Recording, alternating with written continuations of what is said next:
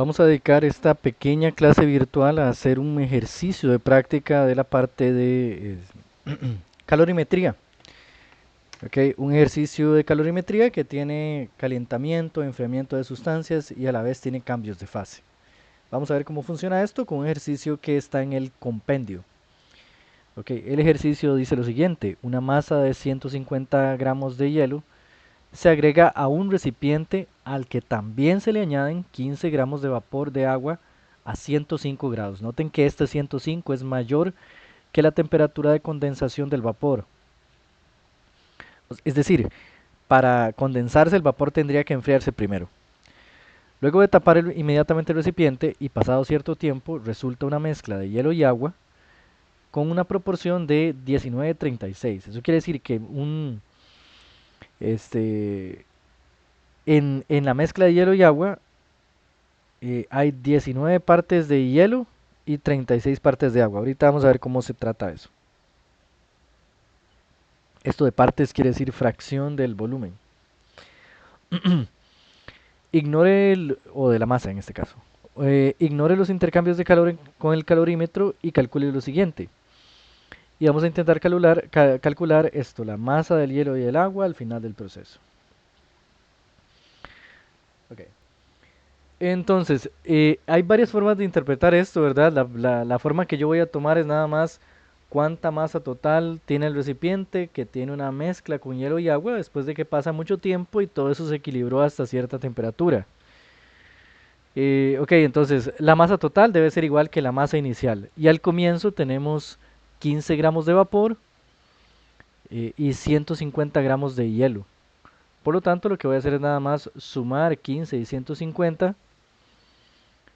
para encontrar la masa total de toda la mezcla, ¿verdad?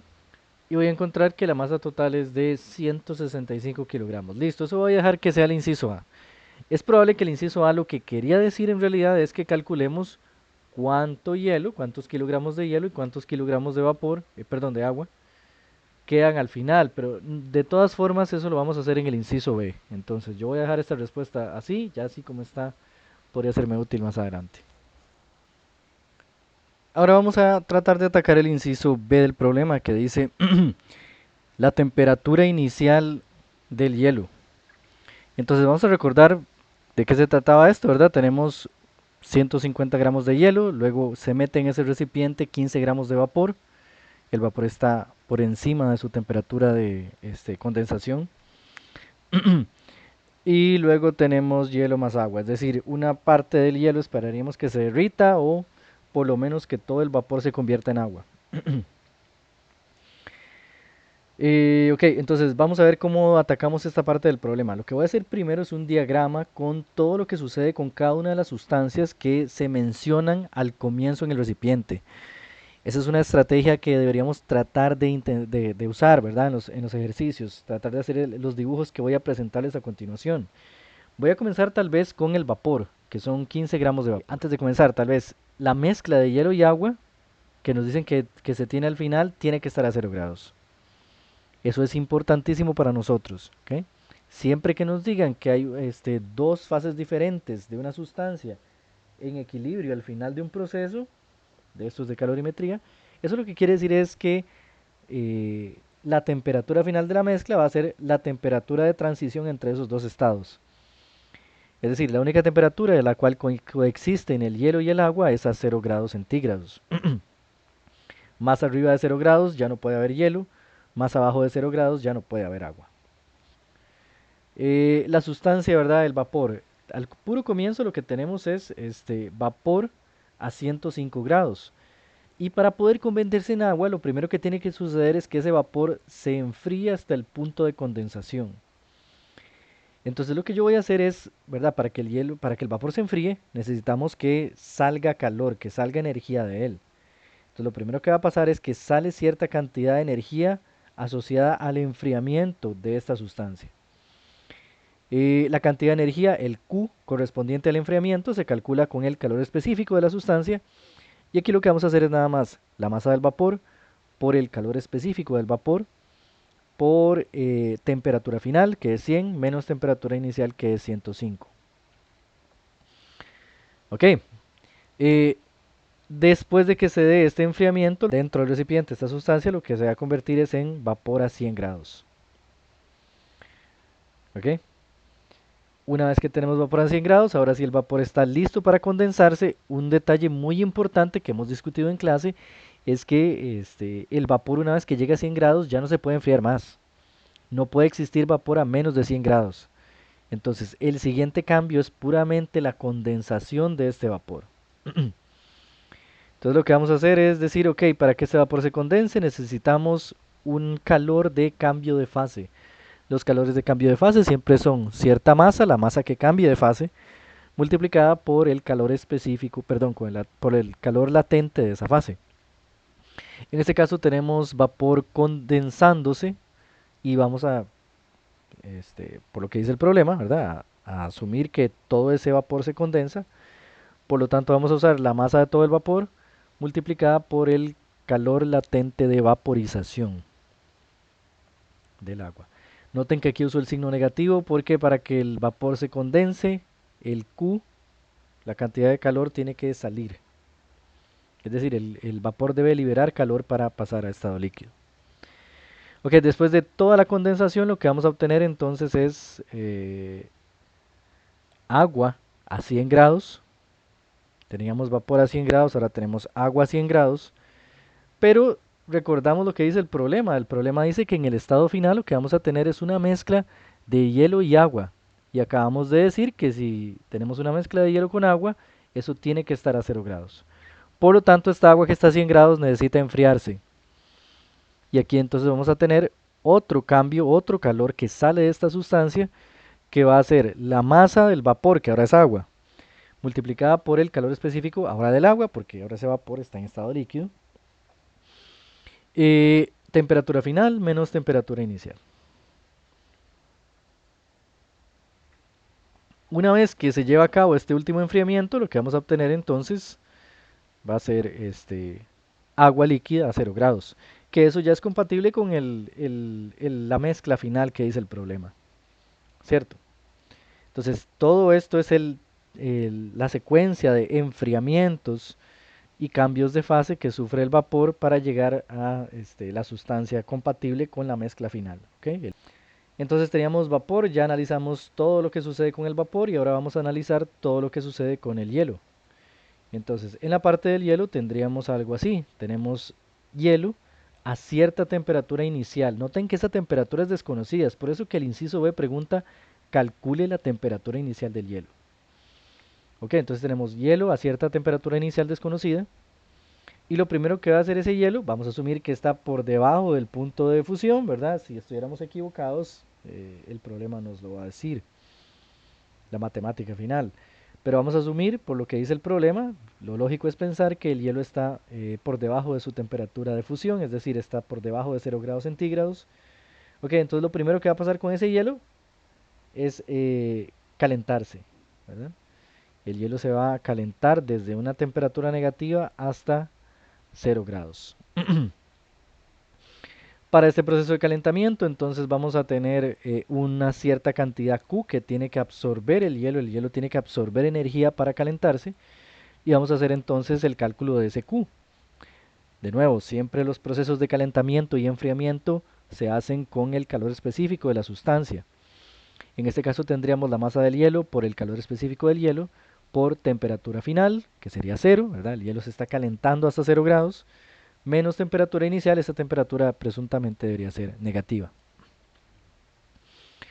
Ok, una vez que termina esta absorción de calor, lo que vamos a obtener entonces es de nuevo hielo, pero ahora a 0 grados. Okay. Antes teníamos una temperatura menor a 0 grados, ahora tenemos hielo a 0 grados.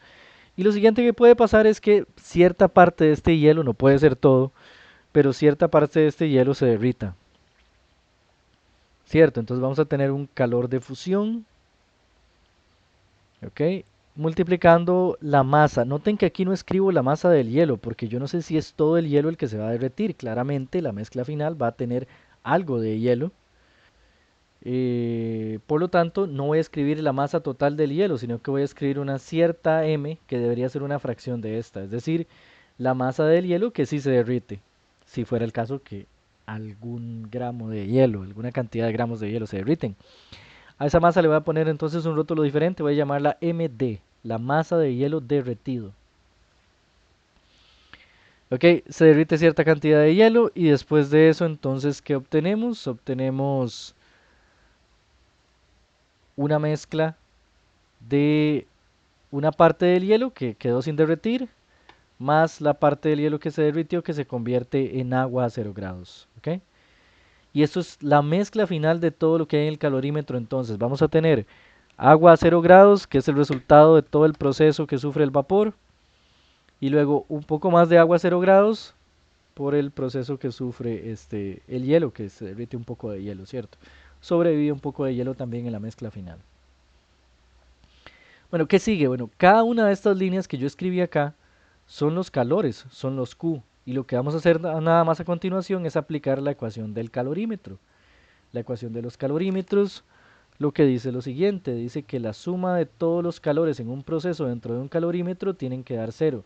Noten que aquí ya los calores ya los escribí con signo negativo, los de fusión, perdón, condensación y los de fusión, ¿cierto? Con el signo apropiado para cada uno. Ok, entonces, ¿qué sigue por acá? Vamos a escribir cada uno de los calores. Voy a tomar cada una de las líneas que escribí acá y las escribo por acá en forma de suma. Ok, noten que hay ciertos términos como este término de acá y este término de acá que tienen un cero por acá. Entonces este paréntesis se puede reducir un poco. Ok, eso es lo que voy a hacer a continuación, reducir el paréntesis, los paréntesis que tienen cero, y esta sería la suma de todos los calores, haciendo esta resta también, ¿verdad? Ya de una manera un poquito más simplificada. Bueno, ¿qué sigue? Lo que sigue sería despejar la temperatura inicial del hielo, que es lo que me preguntaba el problema. Sin embargo, si ustedes se fijan en esta ecuación, hay dos cantidades que yo no conozco. Las masas se asumen conocidas, bueno, las da el problema. Los calores específicos y latente también se asumen conocidos, se pueden ver de tablas.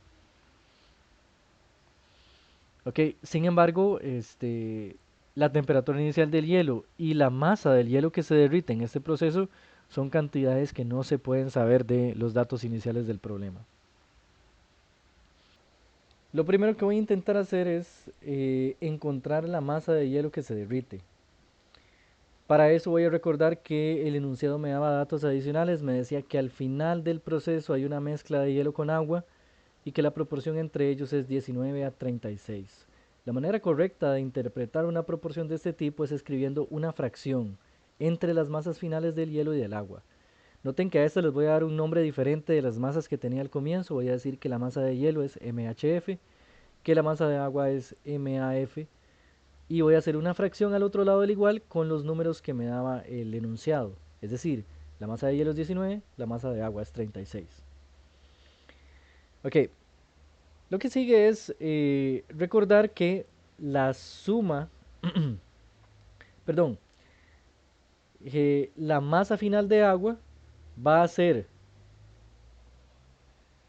la masa derretida acá, ok, más la masa de vapor que se condensa, ¿cierto? La masa de hielo que se derrite más la masa de vapor que se condensa. ¿Ok? Noten que la masa de hielo al final va a ser masa del hielo menos masa derretida, ¿cierto? Si una parte del hielo se derrite, MD, entonces al final lo que queda de hielo es la masa inicial menos esa cantidad que se derritió. ¿Cierto? Entonces estas dos cantidades van a ser importantes para nosotros. ¿Ok? Y yo voy a escribir entonces por acá esto, ¿verdad? La masa final de agua es todo el vapor que se convierte en agua más cierta parte del hielo que se derrite. ¿Ok? Y de igual manera, la masa final del hielo entonces sería solo esto, lo que sobrevive del hielo inicial que no se derritió. Y ahora lo que voy a hacer nada más es colocar estas dos sumas, bueno, esta suma y esta resta en esta fracción. Y voy a despejar para la masa derretida.